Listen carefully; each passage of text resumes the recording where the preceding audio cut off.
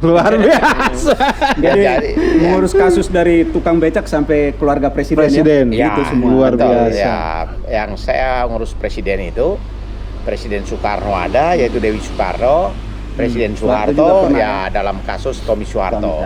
Jadi di sini kalau masuk sini Jalan Asli Lembata ini ada Wisma Lembata, itu kebetulan satu rumah saya bangun untuk orang sewa, pangkalan ojek Lembata, O-ring Lembata, lapangan bola Lembata. Ada lapangan Lembata juga. Ada lapangan bola. Waktu ditangkap di Amerika, dia ke Indonesia, saya pengacaranya. Nah, yang tangkap Pak Godus Mere, saya pengacaranya.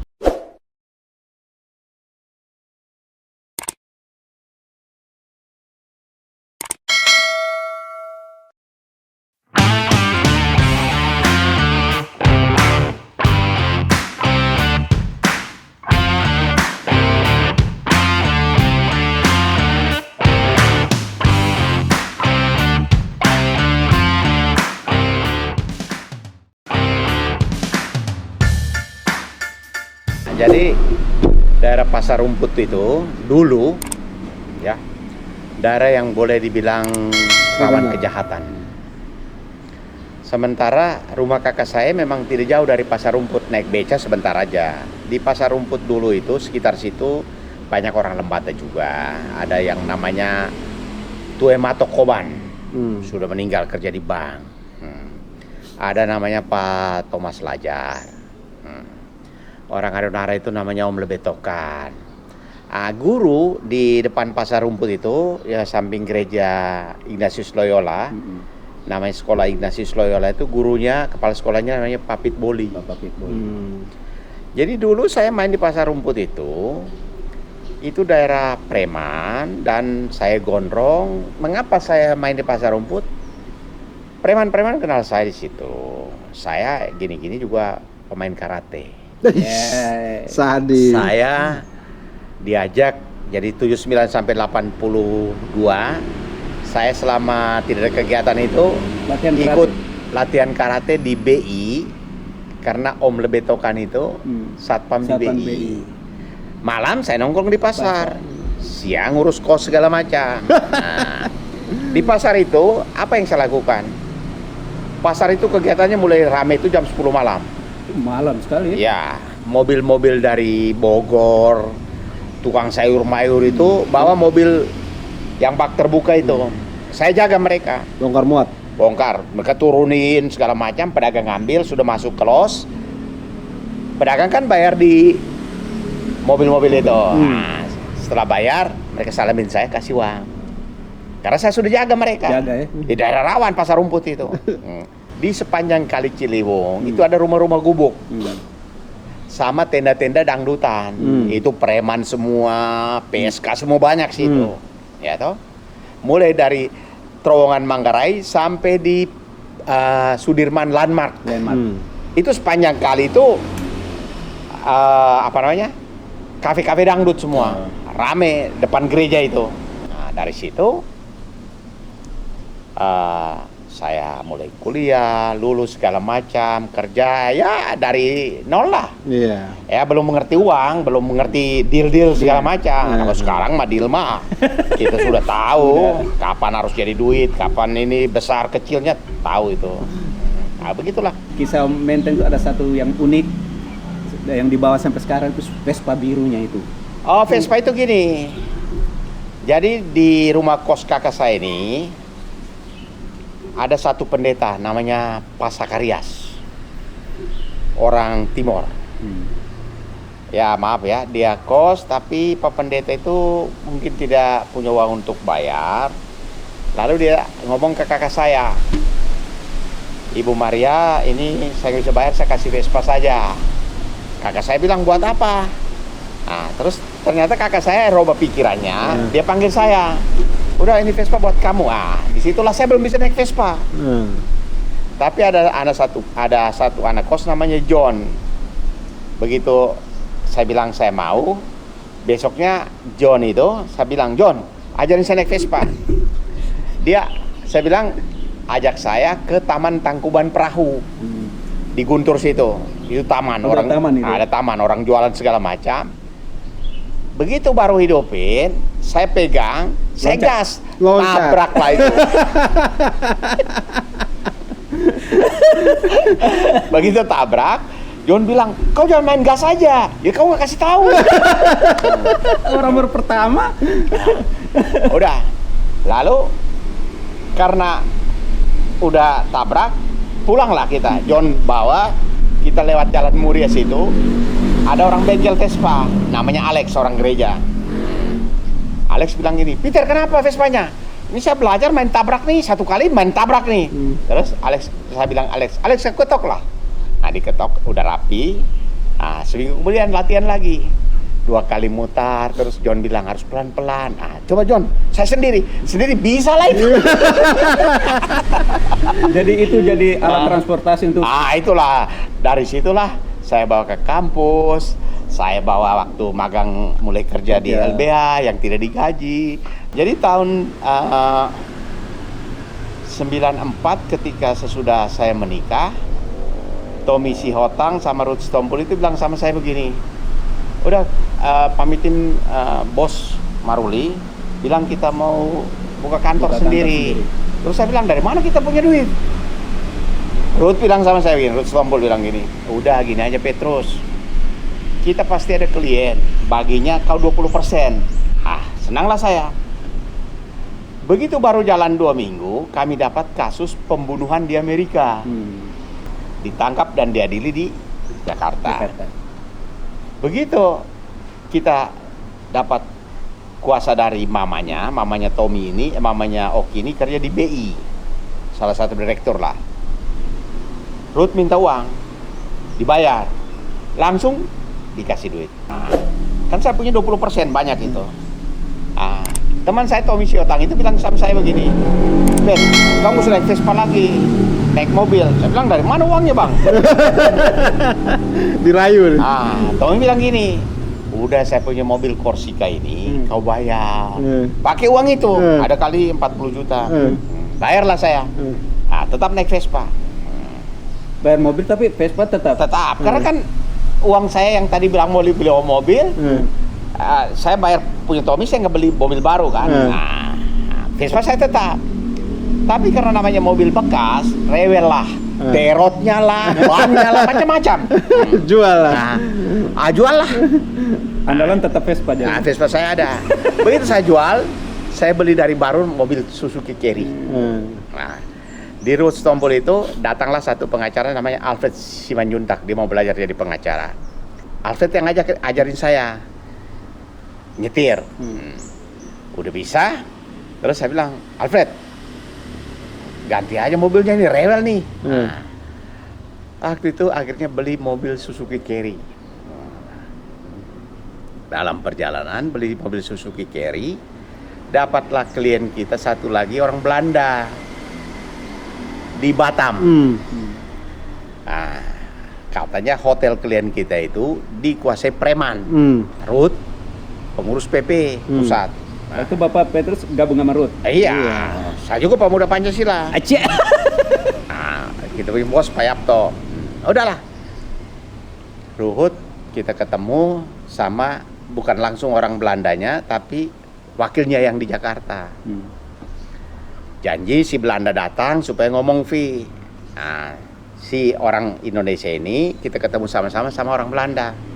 Ruth ngomong gini, udah bayar kami, Ruth sebutin angkanya waktu itu 200 juta. Terus si Indonesia ini terjemahkan yang kata ada, kita dengar ada kata goldennya. Begitu kita lihat si Belanda manggut-manggut. Ini deal kayaknya. Kabar baik ini. Ini deal kayaknya nih. Ini kayaknya jadi nih.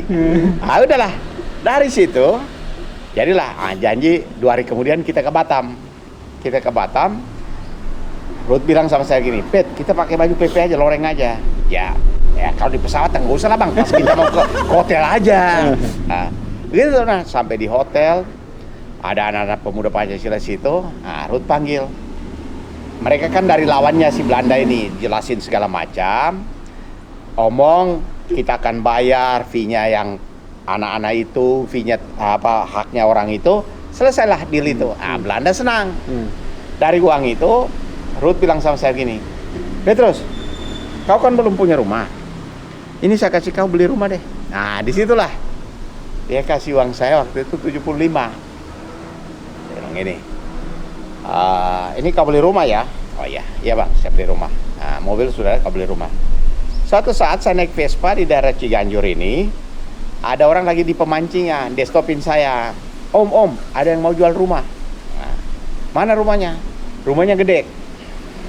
Nah, lantainya semen. Begitu saya lihat bisa masuk mobil 240 meter, saya tanya orangnya, mau dijual berapa rumah ini? Dia bilang 45 juta. Tapi orang itu ngomong ke saya lagi begini, ada yang mau bayar 40 om, tapi 3 kali. Ya oke.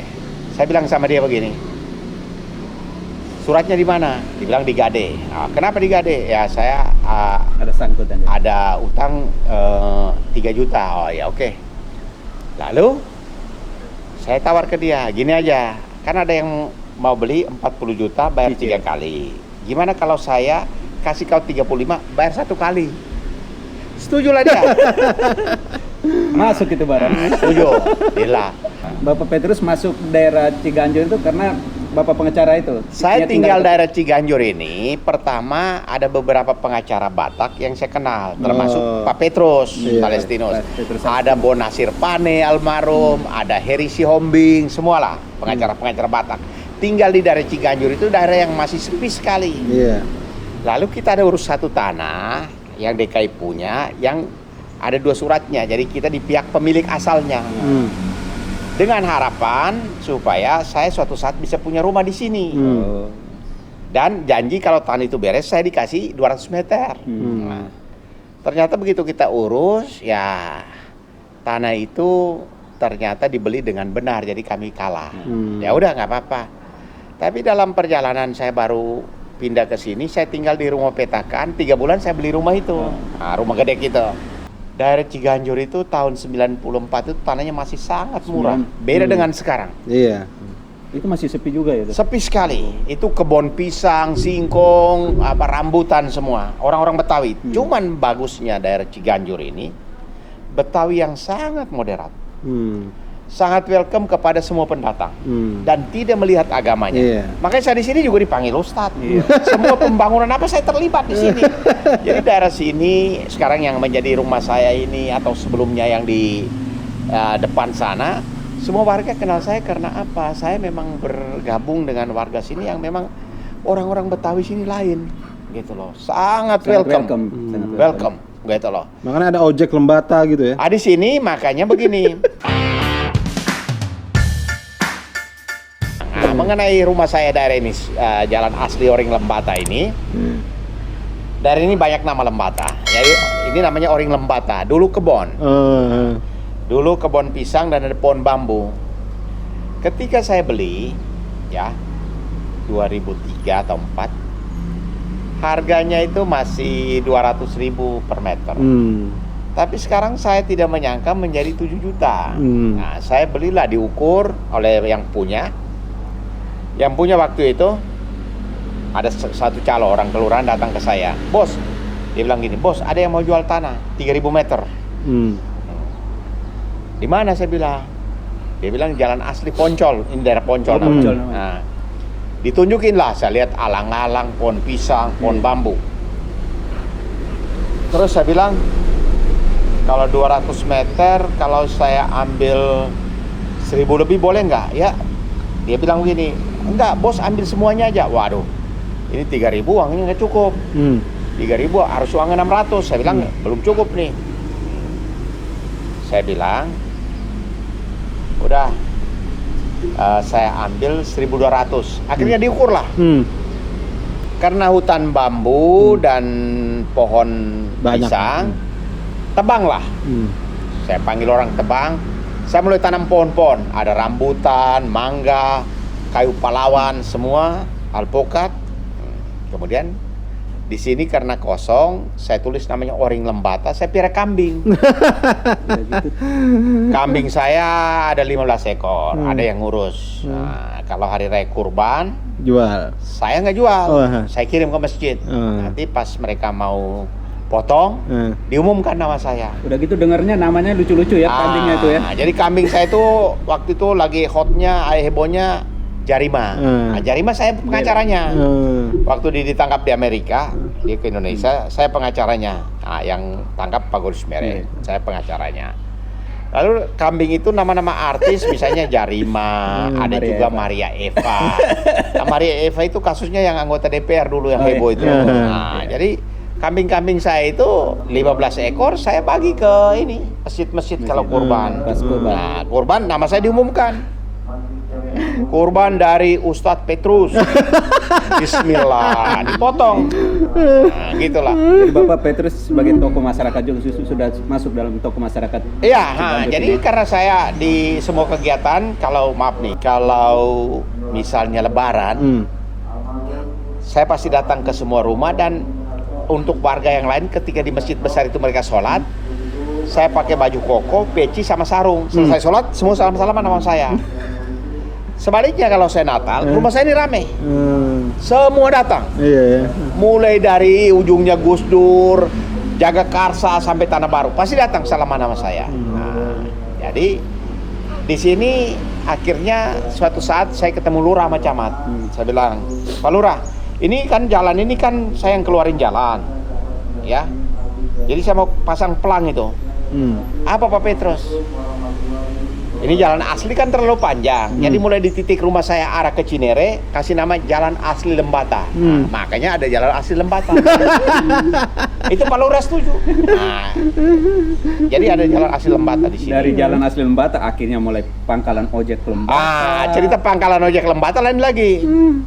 Di tanah kosong situ, mereka hanya mangkal di bawah pohon. Masih ojek yang kumpul itu, belum online. Suatu saat RT datang ke saya, Pak Petrus, anak-anak mau pasang itu, apa namanya, gubuk buat teduh. Nah, terus di mana? Ditunjukin lokasinya. Ada 8 meter situ. Terus saya bilang, oh gini aja, kamu ratain tanahnya, nanti kita beli seng sama Kayu. rangka bajanya, Baja ringan. biar kita panggil tukangnya pasang. Nah, setelah pasang, ternyata tempat itu menjadi banyak orang berteduh, tapi nggak ada namanya. Mereka yang tukang-tukang ojek bilang, Bos, kami mau pasang nama tempat ini. Saya tanya, mau pasang apa namanya? Mereka yang usulkan, Pangkalan Ojek Lembata. Gitulah. Jadi di sini kalau masuk sini, Jalan Asli Lembata ini, ada Wisma Lembata. Itu kebetulan satu rumah saya bangun untuk orang sewa. Pangkalan Ojek Lembata, Oring Lembata, lapangan bola Lembata. Ada lapangan Lembata juga. Ada lapangan bola. Jadi di sini orang-orang ini ya kalau tanya rumah Petrus, oh iya mereka tunjuk gampang sekali. Gitu. Jadi kalau Pangkalan Ojek Lembata mereka tahu. Sampai sekarang masih ada tuh. Berarti warga sini warga Betawi aslinya ya. Betawi asli sangat welcome daerah sini. Sangat luar biasa. Sudah kayak keluarga semua. Karena apa? Tergantung kita juga. Betul. Saya dengan mereka itu benar-benar kayak keluarga aja. Betul. Gitu. Jadi anak berteman dengan anak-anak sini. Bahkan saya dengan anak-anak sini yang tadinya saya kenal bapaknya, anaknya kawin, lahir anaknya, sudah anak cucunya saya kenal semua. Gitu loh. Tapi Bapak selain sibuk di pengacara nih, jadi Dewan Paroki juga nih kayaknya nih. Jadi begini, ini saya masuk daerah Ciganjur itu kan 94. Itu kepelanya itu punya Bruderan, Panti Asuhan, Bocel. Nah, di situ dari sini masuk pertama di daerah Ciganjur itu karena saya tadinya di paroki Ignatius Loyola Jalan Malang. Masuk sini kepelanya itu masih kecil. Lalu karena umatnya juga belum banyak dan sekarang sangat banyak, disitulah saya mulai kenal, tahu bahwa saya dengar Pak Nasu Keraf, Ignatius Keraf ini, Tata Nasu ini kerja di Bruderan. Nah di Panti Asuhan situ, anak saya juga sekolah situ, akhirnya jadi kenal semua. Kemudian tahun 2008 itu pemilihan Dewan Paroki. Pemilihan Dewan Paroki. Karena saya masuk tahun 94, umat makin banyak, manajemen gereja harus diatur, pemilihan Dewan Paroki. ketua wilayah datang ke saya, Pak Petrus, kami mau usulkan Bapak jadi Dewan Paroki. Saya tanya, tugas saya apa? Ya, istilahnya nanti tentang kemajuan gereja, pembangunan, mengontrol pastor, keuangan segala macam. Oh, boleh. Nah, tapi saya bilang, saya istilahnya jangan menjadi ketua. Karena saya urusannya banyak. Nah, dipilihlah ketua. Waktu itu pastor parokinya Romo Muhammad Fajar. Fajar Muhammad. Nah, MSF Fajar ya? Muhammad. Itu pastor paling baik kita. Lalu sayalah selama pastor Fajar Dewan Paroki, belum selesai periodenya, yang ganti Romo Anton. Nah, cocoklah lagi kita. Nah, Rohanian juga jalan ya. oh Rohanian juga jalan. Kalau kumpul keluarga tuh ada ngomong bilang ada tugas prodiakon, betul tidak sih? Itu hanya bohong-bohong saja. Kan beneran. Bohong-bohong saja, prodiakon itu bohong-bohong karena saya pengurus gereja. Makanya saya suka ledekin Bapak Nasu. Saya cerita di mana. Kalau saya prodiakon begitu saya sudah bilang tubuh Kristus, Bapak Nasu itu pedus. Itu Bapak Nasu senang aja. Jadi perkumpulan di gereja kami sehingga timbul yang namanya perhimpunan atau perkumpulan orang Flores Lembata Alor. Dan karena waktu itu saya Dewan Paroki, untuk pelayanan-pelayanan Pastor Anton kasih jatah juga. Yang kalau di gereja itu pelayanan minggu ini, lingkungan ini. Di khusus untuk orang Flores dimasukkan menjadi bagian dari pelayanan. Masuk Dan kategori ketuanya itu Tata Ignatius Keraf. Makanya ada perkumpulan. Perkumpulan Floresa dan sampai sekarang berjalan. Jadi sudah ada komunitas sendiri yang di gereja juga diakui. Karena ketuanya Bapak Nasu, ya saya di Dewan Paroki. Jalan kayak itulah perjalanannya. Perjalanannya rumit juga ya. Ya rohani, mulai preman, semua bisa lah saya ini. Bisa ya. Membuahkan hasil sekarang. Jadi cerita dari masa sekolah dulu itu Jelas. loncat sana loncat Tidak sini, jelas saya. tapi setelah masuk di Jakarta mulai menemukan. Jadi preman dulu. Tetap masuk jadi preman juga ya. Preman saya. Akhirnya Saya kuliah pun masih gondrong. Iya, lalu menekunin itu dari awal juga untuk jadi pembicara. Jadi saya di kampus itu dipanggilnya Pationa karena saya preman. Waktu masuk itu hebatnya Fakultas Hukum Jayabaya itu tahun 82 kelasnya itu ada 10. Jadi bayangin kami seangkatan itu 10 kelas itu satu kelas 60 orang itu, jadi masuk di tahun itu Fakultas Hukum 600 orang. Saya dikenal karena saya tukang berantem. Di Pasar Rumput dikenal karena tukang berantem. Nah di kampus pun sama. Jadi di kampus itu ya saya karena memang mungkin dasarnya preman ya. Rambut gondrong ya? Saya gondrong, waktu itu badan saya kurus ya. Jadi ya namanya kampus itu memang cukup terkenal. Sehingga waktu kita masuk itu kelas 1 Fakultas Hukum itu ada 10 kelas. Tapi 10 kelas itu semua mahasiswa kenal saya. Pertama, saya orangnya bergaul dan tukang berantem. Sehingga semua preman yang sekitar kalau di Jayabaya itu segan kenal saya. Dan di Jayabaya itu sepanjang jalan tol itu kalau malam kan banji-banji itu di Pulau Mas itu. Nah, kenal saya juga. Di situ ada satu warung warteg namanya Warung Untung. Yang makan mahasiswa. Tapi kalau mahasiswa kan kelakuannya tahu belum dapat kiriman, makan 3 tahu tempe ngaku 1. Jadi pas bukan di kampung aja ambil singkong orang, tapi di kampus di juga. kampus juga sama Warung Untung. Warung Untung. Namanya Warung Untung. Nah, anak-anaknya sekolah di Jayabaya karena dia lama dagang di situ dan itu orang baik. Baiknya gini. Mahasiswa yang tidak dapat kiriman makan 3 tahu tempe ngaku 1. Tapi balasannya apa? Semua yang sudah lulus suatu saat lewat datang kasih duit aja. Oh gitu. Dan dia happy sekali. Dia ingat ini dulu ini datang peluk-pelukan sama dia, kasih amplop. Tung, ini ada duit, Tung. Nah, udah hitung yang dulu-dulu. Dan itu berlanjut terus. Berlanjut terus. Jadi siapapun itu pasti punya cerita tentang Warung Untung. Warung Untung itu ya. Gitu. Jadi di kampus itu orang makan ya semua. Mau dari perantau Ambon, Padang, Flores, pasti ngakunya gitu. 3 tempe ngaku 1. Tapi rata-rata setelah orang kerja, Dia balas. Mereka kalau lewat Jayabaya pasti mampir Mampir. di warung Untung. Karena ingat jasanya. Ingat makan di wartegnya itu. Nah, itulah ceritanya Untung. Jadi setelah saya lulus ya saya juga ada kesempatan magang, mulai belajar, mulai cara menghadapi media, mulai bicara pidato. Bisa lah ini. Ya soal uang waktu itu ya yang penting saya punya uang makan aja. Uang makan ya. Ya di rumah saya bisa tidur, ya toh. Tapi Bapak sekarang kan Bapak udah sukses nih. Siapa yang nggak kenal ya? Petrus Balapationo Esa ya. Siapa yang nggak kenal di Indonesia pada umumnya nih, kenal semua pengacara kondang nih. Bapak nih dulu pengacara memang untuk menangani orang yang ada apa dari kalangan bawah? Oh, kita pengacara itu tidak boleh memilih perkara orang bawah atau orang berada. Oh ya.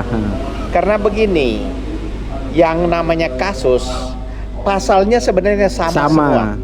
Mau pasal pembunuhan, pemalsuan, atau penipuan sama semua. Yang membedakan apa? Sehingga menjadi booming atau berita.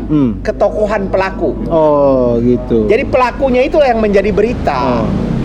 Contoh, sekarang misalnya saya menangani kasus pemalsuan surat yang dalam kaitan Joko Chandra Jenderal misalnya. Padahal kasus pemalsuan surat itu banyak dilakukan oleh orang biasa dan itu tidak terpublikasi. Jadi kasus-kasus entah narkoba atau kasus pidana-pidana lain sebenarnya kasus semua biasa. Yang membedakan apa? Tokohnya. Ketokohannya itu. Betul. Tokoh pelakunya, pihak-pihak yang terlibat, terus yang datang pengacara yang dikenal. Jadilah berita. Itu saja. Contoh misalnya saya menangani misalnya dulu foto Dewi Soekarno telanjang, istri Presiden Soekarno. Ya orang foto telanjang kan biasa itu yang foto-foto model. Karena seni itu ya. Karena kau itu siapa? Yang dilihat tokonya, oh ini istri presiden. Kenapa foto telanjang? Itulah yang jadi berita. Lalu ada wartawan yang mengambil foto dia di buku Madam Suga itu, dimasukin di berita tanpa izin pemiliknya. Maka itu jadi kasus. Saya ditunjuk Dewi Soekarno, dia telepon dari Paris waktu itu. Saya tidak kenal dia. Dia telepon, tahu nama saya, lalu ngomong bahasa Indonesia. Dia bilang sama saya begini, Pak pengacara, apa kita bisa ketemu di luar negeri? Saya bilang di mana? Dia bilang di Singapura. Dia tanya sama saya gini, Pak pengacara familiar dengan Singapura? Oh saya sangat familiar. Dia bilang, Pak pengacara di Singapura nginap di mana? Di Mandarin Hotel, samping Takashimaya. Nah, kita janjian, dia pesan saya datang ke situ. Ketemu di Singapura, bicara kasusnya, deal lah jadi. Lalu dia bilang 2 minggu lagi ke Tokyo untuk mem-BAP, namanya fotografer itu Bapak Hideki Fuji. Fotografer yang orang tua yang jago foto. Foto sampai maaf nih, urat-urat Dewi pun ada. Ada semua. Ya akhirnya kita janjian, dia siapkan tiket saya, dia bilang, Pak kita nanti di Jepang, nanti Bapak keluar di bandara gate sekian, nanti ada orang yang jemput Bapak pakai tulisan nama. Nah, begitu saya keluar di gate nomor saya lupa itu, di Bandara Narita situ, saya keluar di gate berapa, saya lihat ada tulis Petrus Balapationo lawyer. Udahlah, terus saya samperin, ya saya Petrus Balapationo, dia bisa bahasa Indonesia. Lewatlah kami ke hotel, dia menginapkan saya di hotel di pusat kota Tokyo, namanya Megure Gojen. Itu daerah pusat kota, ya, daerah yang sangat ramai. Hotelnya besar sekali dan ada air mancur, taman semua. Hiruk pikuknya itu lebih banyak jalan kaki ya mereka. Di sana jalan kaki semua, kemana-mana nggak ada karena transportasi umum misalnya di sini, di situ sudah kereta dan kereta di sana kan hanya 3 menit tunggunya. Tapi pernah menangani kasus yang orang bawa tukang beca? Ada ya. Jadi zaman Gubernur Sutioso itu kan beca dihapuskan di Jakarta. Iya. Saya bela tukang-tukang beca. Luar biasa ya. Tukang beca. Ya memang kita bela orang kecil ya risiko ada kalanya tidak dapat ongkos. Iya. Ya. Bahkan maaf aja dia mau makan pun kita kasih uangnya. Gitu loh. Tapi Bapak terima ya, tetap ya? Ya happy aja ya. Imbalannya apa? ada kalanya kita bela orang kecil, kasusnya lagi naik berita, wartawan yang wawancara kita. Sehingga saya dekat dengan hampir semua wartawan, televisi, koran, ketemu Abang Petrus. Dan wartawan juga tahu ini perkara nggak ada duitnya, tapi orang yang mau dibantu, kira-kira begitu. Semua wartawan hukum yang meliput itu tahu, bahkan mungkin dengar honornya berapa, atau ini nggak dikasih uang, tapi mau membantu gitu loh. Ya itulah biasanya begitu. Dan sampai sekarang luar biasa sekarang, ya. dari orang yang membayar, dan sampai sekarang saya bisa suka-suka menetapkan tarif saya. Wah, luar biasa. Jadi mengurus kasus dari tukang becak sampai keluarga presiden. Ya, itu semua. luar betul, biasa. ya. Yang saya ngurus presiden itu, Presiden Soekarno ada, yaitu Dewi Soekarno, Presiden Soeharto, ya dalam kasus Tommy Soeharto. Tommy Soeharto itu kasus pembunuhan yang saya bela satpamnya. Itu 2005. Ya. Luar biasa. 2005 dan saya bisa masuk ke Jalan Cendana, kenal baik dengan Ibu Tutut, dan ya wartawan juga baik melihat kita. Jadi waktu itu tim kita itu saya, Elsa Syarif, Nudirman Munir, Profesor Anto Seno Aji yang pernah di KPK, Johan Felix. Karena yang terlibat banyak jadi di klaster dibagi. Saya kebagian Satpam sama Ari Sigit karena pistol. Gitu loh, Ari Sigit. Gitu. Oke Bapak, gini nih, Bapak kan mempunyai jalan kehidupan yang panjang ya, dari awal di kampung, merantau. Tidak jelas lah. Iya, tidak jelas lah. Saya bersyukur kepada orang Susah yang sekian payah. banyak saya ketemu, baik di kampung saya, kakak saya lebih Paulus Patiora yang mengantar makanan. Ya, kakak-kakak saya yang mengurus saya baik di kampung maupun di Jakarta. Ketemu sekian banyak orang yang dengan berbagai interaksi. Dengan caranya, ya saya sampai jadi pengacara begini. Dan berlanjut berkatnya sampai sekarang, sekian banyak orang saya ketemu dan banyak yang jadi klien saya. Betul. Jadi kasus itu sama seperti penyakit juga. Dokter. Gitu. Jadi ini selesai, besok ada ini lagi. ya begitu. Ya, kita mau pesan-pesan dari Bapak. Iya, kira-kira gini Bapak. Generasi kira-kira kita dari sana NTT. Pesan Bapak untuk generasi kita, kakak adik semua yang mau merantau dari NTT ke sini atau yang udah sekolah kuliah di sini supaya menjadi sukses tuh kiat-kiatnya bagaimana Bapak? Ada pesan-pesan tidak? Pertama, hidup apa adanya. Betul. Biar ini air mengalir, bergaul. Kedua, bila mendapat kesempatan atau peluang, manfaatkan. Dan yang terpenting kejujuran. Kejujuran. Profesi pengacara itu sangat mudah untuk membuat namanya hitam jadi putih. Ya, sangat mudah. Tapi begitu Anda mencurangi sekali, habis. Itu menjadi cerita kemana-mana. Dan kalau kita membantu dengan tulus dan tidak ada uangnya, toh akan menjadi cerita yang bagus. Betul. Tetapi ketika Anda mencurangi klien saudara, habis. Misalnya begini, seseorang setiap saat bisa ganti pengacara. Apa yang Anda kerjakan dinilai secara profesi.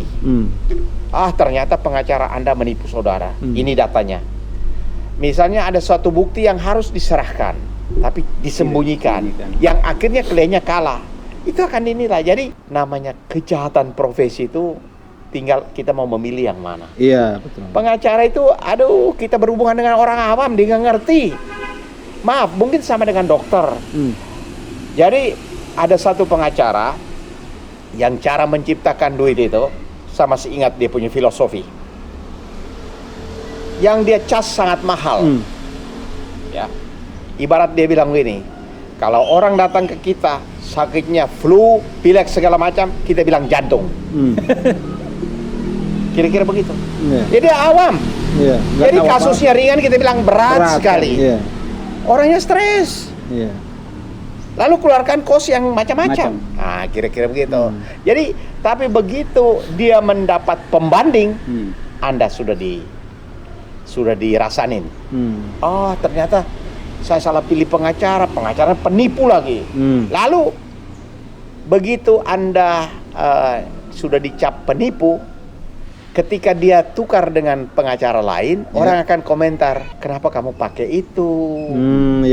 Apa nggak salah? Lalu ketika bertemu dengan pengacara yang reputasi baik, begitu cerita, saya pakai pengacara ini, orang akan komen, sudah nggak salah kamu pakai dia. Mantap itu. Betul. Kira-kira begitu. Dan selalu saya dapat masukan. Begitu mereka dengar, wah kami dengar Bapak pegangnya. Tahu dari mana? Ya kami yang rekomendasikan. Kami bilang jangan salah pilih Bapak Petrus itu. Poinnya jujur Bapak ya? Iya. Jujur ya? Karena kejahatan profesi, entah khusus hukum ya, notaris, hakim, jaksa, aduh, berhadapan dengan orang yang takut dengan hukum lagi. Iya. Nah, jadi buat orang yang mau jadi menjalani suatu profesi harus dilandasi kejujuran. Iya. Kedua, kedisiplinan. Disiplin. Kau janji kalau kau profesional berjanji sama orang, peluang itu tidak akan terulang. Iya. Kau janji misalnya ya mau mengerjakan sesuatu jam sekian. Kalau saya orang baru pertama mau janji ketemu, saya biasanya setengah jam sudah tunggu dia. Tapi begitu kau janji lalu terlambat, dia bilang benar enggak nih pengacara saya ini? Iya betul. Nah begitu. Jadi pertama kejujuran, kedisiplinan atau tepat waktu, dan Peluang bekerja, tadi ya? ya, memanfaatkan peluang. Jadi kau jangan menipu klien, gitu loh. Ada kalanya, ya saya juga misalnya konsultasi untuk satu pekerjaan yang saya awam gitu. You harus cerita karena orang akan cari pembanding. Iya betul. Jadi pertama hindari kejahatan profesi. Karena itu akan menjadi cerita kemana-mana. Gitu loh. Tapi kalau Anda layani dengan baik, dia kasih duit yang banyak pun dia bilang, Bapak adanya cuma segini. Ya kalau dapat lagi kami kasih. Itu ada. Sehingga banyak klien saya yang sudah putus bertahun-tahun, ya. Sampai sekarang kalau hari raya saya masih dikirimin, ya. Bahkan sampai sekarang ya saya harus bangga ya. Saya punya klien tetap itu sudah 20 tahun. Perkaranya sudah selesai entah kapan punya, tapi tiap bulan dia kirim saya duit. Namanya retainernya. Kemudian dia merupakan suatu perusahaan tas wanita yang sangat terkenal dan harganya mahal. Dia merasa saya tolong dia dan akhirnya dia bilang, Pak Petrus kita sudah selesai, tapi tiap bulan kami kasih Bapak duit. Setiap launching produk baru saya dikirimin. Dapat. Itu perusahaan tas terkenal di Jogja. Oke, semoga bermanfaat ya obrolan kita kali ini ya dengan Bapak Petrus Balapationa ya, seorang pengacara yang luar biasa asal NTT. Poinnya apa tadi? Jujur. Ada peluang. Disiplin ya. Disiplin, luar biasa. Oke, sekian dulu. Sampai jumpa. Salam Loba Merata.